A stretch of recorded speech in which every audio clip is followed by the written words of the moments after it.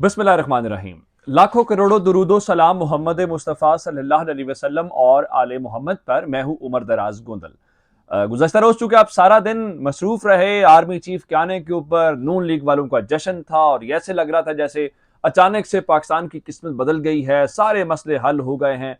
तो अब वापस उसी जैसे कल असम्बली मंजूर होने से पहले कि पाकिस्तान के हालात कमोबेश वैसे ही हैं, दोबारा वापस आ जाए और आपको दोबारा से कुछ खबरें दे। सबसे पहली खबर यह है कि रात को एक मुलाकात हुई है और वो मुलाकात डॉक्टर आरिफ अलवी के दरमियान और जाने वाले आर्मी चीफ के मुतालिक हुई है। ये मुलाकात ऐवान सदर के अंदर नहीं हुई, बल्कि ये मुलाकात इस्लामाबाद के एक निजी होटल के अंदर हुई है। बुनियादी तौर पे ये मुलाकात एक इवेंट के अंदर थी और पाकिस्तान क्रिकेट टीम, आप जानते हैं कि भी वर्ल्ड कप ऑस्ट्रेलिया खेल के आई, वहां पे उन्होंने फाइनल खेला और गो कि हमें वर्ल्ड कप के फाइनल में इंग्लैंड से शिकस्त का सामना करना पड़ा, लेकिन टीम बहुत अच्छा खेली। तो उनके एजाज में क्रिकेट बोर्ड ने एक खाने का एहतमाम कर रखा था, तकरीब थी, तो वहां पे डॉक्टर आरिफ अलवी को बुलाया हुआ था और साथ जनरल बाजवा भी मौजूद थे। तस्वीरें भी सामने आई, एक दूसरे के साथ हाथ भी मिलाते नजर आए और एक टेबल के ऊपर मौजूद थे। तो ये एक लिहाज से आज के अगर आज के दिन हम बात करें तो गुज़श्ता रोज जहां बहुत सारी मुलाकातें हुई, तो मजमूई तौर पर कल सदर आरिफ अलवी से 4 जर्नैल मिले और 4 जर्नैलों का मतलब यह है कि नदीम रजा साहब आके मिले, अलविदाई मुलाकात, फिर सैयद शमशाद साहब आए, फिर आसिम मुनीर साहब आए और रात को जो है वो जाने वाले चीफ जो बोले मुलाकात की। अब बहुत सारे लोग कह रहे हैं कि इसके ऊपर बदन बोली क्या है। जनरल बाजवा जाहिर बात है उस तरह तो खुश नहीं होंगे जैसे आसिम मुनीर थे या सायर शमशाद थे, जाहिर बात है वो आने वाले हैं और ये जाने वाले हैं। तो एक तो ये हो गया। दूसरे नंबर के ऊपर चल के जैसे पाकिस्तान तहरीक इंसाफ ने रात को ये मुतालबा किया नए आर्मी चीफ से, नई क्यादत से, कि मुल्क के अंदर इलेक्शंस करवाए जाए, अवाम को जो उनका लीडरशिप मुंतखब करने का हक है वो दिया जाए और ये बताया गया कि मुल्क को बहरान से निकालने का एक ही रास्ता है और वो इलेक्शन है।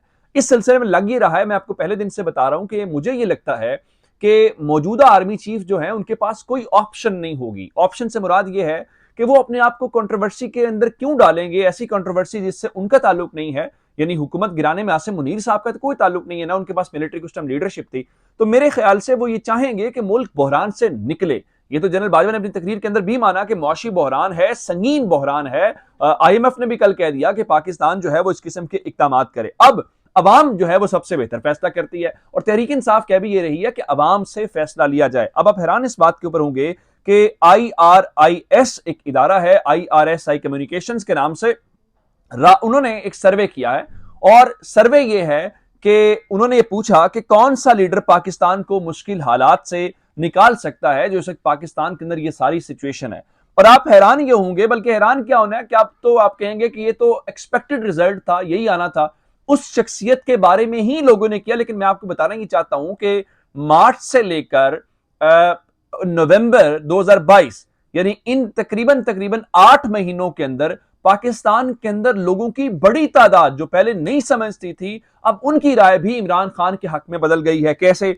नवंबर के महीने में पाकिस्तान के 59% लोग ये समझते हैं कि मौजूदा बहरानी कैफियत से एक ही लीडर पाकिस्तान का निकाल सकता है और वो इमरान खान है। अब IRS का जो सर्वे है उसके मुताबिक, नवाज शरीफ के मुताबिक 19% लोग, यानी इमरान खान का 3 गुना ज्यादा और उसका जाके तीसरा हिस्सा समझता है 19%। अगर आप 60% समझ लें उसको, तो जो समझते हैं कि नवाज शरीफ निकाल सकते हैं। और सबसे ज्यादा अनपॉपुलर, सबसे बुरी हालत मौजूदा सिटिंग प्राइम मिनिस्टर की है, जिनके बारे में कहा जाता था कि वो बड़े एडमिनिस्ट्रेशन का तजर्बा रखते हैं, वो बहुत सारी चीजें।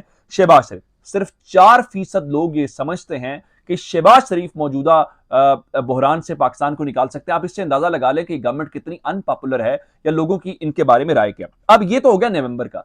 अब इसी तंजीम का जो मार्च 2022 जब इमरान खान की गवर्नमेंट थी उस वक्त, अब ये नहीं समझें कि अगर 59% लोग समझते हैं तो सिर्फ 31% लोग ये समझते थे कि इमरान खान पाकिस्तान को बहरान से निकाल सकते हैं। यानी मार्च में तहरीक इंसाफ कितनी अनपॉपुलर थी और नवंबर के अंदर कितनी पॉपुलर हो गई है, यानी डबल हो गई पॉपुलैरिटी। 31 से 59% इमरान खान चले गए और नवाज शरीफ के बारे में उस वक्त 28% लोग समझते थे कि ये चीज हो सकती है, जो अब 28 से कम होकर 9% कम होकर 19% पे आ गई है। यानी इमरान खान डबल हो गए और नवाज शरीफ और इमरान खान के दरमियान 3% का फर्क था, अब वो 3 गुना का फर्क पड़ गया। आप इससे अंदाजा कर लें कि क्या सूरत हाल है। अब एक बात तो हो गई ये जिससे आपको अंदाजा होगा कि तहरीक इंसाफ बार बार इलेक्शन की तरफ क्यों कह रही है। अब चूंकि बात इलेक्शन की तरफ जानी है, चले हम समझ लेते हैं, लम्हे के लिए सपोज कर लेते हैं इलेक्शन ऑन टाइम होते हैं। आर्मी चीफ कहते हैं यार मैं ना तहरीक इंसाफ की बात सुनता हूं, मैं फिलहाल न्यूट्रल हूं और ऑन टाइम जो गवर्नमेंट और पॉलिटिकल पार्टीज आपस में फैसला करते हैं। तो मैं आपको बता देता हूं ऐसा है नहीं है। इलेक्शन कमीशन ऑफ पाकिस्तान भरपूर तैयारी कर रहा है और इलेक्शन कमीशन ऑफ पाकिस्तान जो है उसने हुकूमत को कहा है कि हम इलेक्शन के लिए अब मुकम्मल तौर पर अपनी जो तैयारियां हैं वो फाइनल मरहले में दाखिल कर चुके हैं। और आप जानते हैं कि उन्होंने 45 अरब रुपया हुकूमत से मांगा और नवाज शरीफ के जो कार खास हैं जिनका नाम इसाक डार है, उन्होंने ईसीसी जो मुश्तरका मफादात कौंसिल है वहां पे एक उस समरी को मौखर कर दिया ताकि जितनी समरी मौखर होगी तहरीक इलेक्शन कमीशन की उतनी तैयारियां डिले में हो जाएंगी, तो इलेक्शन उतना जो है वो डिले में चला जाएगा ताखीर से, यानी हम कहेंगे टाइम के ऊपर होंगे। अब वो 45 अरब तो आपने नहीं दिए, लेकिन इलेक्शन कमीशन ने फौरी तौर पर हुकूमत को कहा है कि हमें 18 अरब रुपए दिए जाएं, जिसका मतलब यह है कि इलेक्शन कमीशन को भी अंदाजा है कि ये अब बहुत जल्दी काम होने वाला है। और फिर आप जानते हैं कि खान साहब ने आज तारीख जो है वो 25 नवंबर हो गई है और कल पाकिस्तान तहरीक इंसाफ जो है वो इस्लामाबाद के अंदर इकट्ठी होगी और तहरीक इंसाफ के लोग वहां पे जाना शुरू हो गए हैं और पिंडी के अंदर रात को ही हमने देखा कि बिल्कुल जश्न का समा था। लेकिन अब मैं आपको एक बात और बता दूं कि जनाब मौजूदा हुकूमत और जो इत्तेहादी हैं उनका ख्याल ये है कि आर्मी चीफ आने से बहुत कुछ बदल गया। मैं समझता हूँ ऐसा नहीं है। आर्मी चीफ आने से कुछ बदलता नहीं है। अगर ऐसा बदलता होता, हर आर्मी चीफ के आने से यही कहा जाता है एट द एंड वो अपने इदारे को ऑन करते हैं और अपने इदारे की पॉलिसीज को ही कंटिन्यू करते हैं। हर हुकूमत ऐसा समझती है, ऐसा होता तो इमरान खान ने एक्सटेंशन दी थी, इमरान खान हुक्मरान रह लेते बाजवा साहब के होते हुए। अगर ऐसा होता तो नवाज शरीफ ने पॉइंट किया था बाजवा साहब को, तो आप उससे अंदाजा कर लें। इस किस्म की और बहुत सारी मिसालें भुट्टो साहब की दी जा सकती है, जनरल मुशर्रफ की दी जा सकती है। तो अब जनाब पीडीएम ने पंजाब हुकूमत गिराने का जो मिशन है उसको ऑन किया। रात को खबरें कुछ ऐसी जारी की गई हैं जिसमें बताया गया जी हुक्मरान इत्तेहाद ने पहली प्रायोरिटी बना लिया पंजाब हुकूमत गिराना, चूंकि तहरीक इंसाफ वहां बैठी हुई है और उनका वहां पे होल्ड है। तो जरदारी साहब जो हैं उनको इस सिलसिले में टास्क दिया गया, चूंकि इन सब की मुलाकातें हुई वजीर आजम हाउस के अंदर गुज़श्ता रोज भी और परसों रात को भी, तो शायद उनका ख्याल ये है। अब खबरें यह है कि चंद रोज के अंदर जरदारी साहब लाहौर रवाना हो जाएंगे। लाहौर रवाना होने के बाद अगले चंद रोज वो लाहौर में गुजारेंगे और वो जोड़ तोड़ करेंगे। लेकिन उससे क्या इमरान खान का क्या फर्क पड़ता है? हुकूमत पंजाब हुकूमत आप गिरा लेंगे, आपने उसकी सेंट्रल गवर्नमेंट गिराई, तो क्या इमरान खान अनपॉपुलर हुए या पॉपुलर हुए? फिलहाल आपकी कोई मूव सिवाय इसके कि इलेक्शन में जाएं। और इमरान खान को मेरे ख्याल से इस वक्त एक ही जिद है लोगों की, वो इमरान खान है। आप उनको जेल में डालना चाहते हैं तो भी उसके नाम के ऊपर पार्टी जीत जाएगी। आप इमरान खान को डिस्क्वालीफाई करना चाहते हैं, इमरान खान मैदान से बाहर बैठ के भी अपनी टीम को जितवा देगा।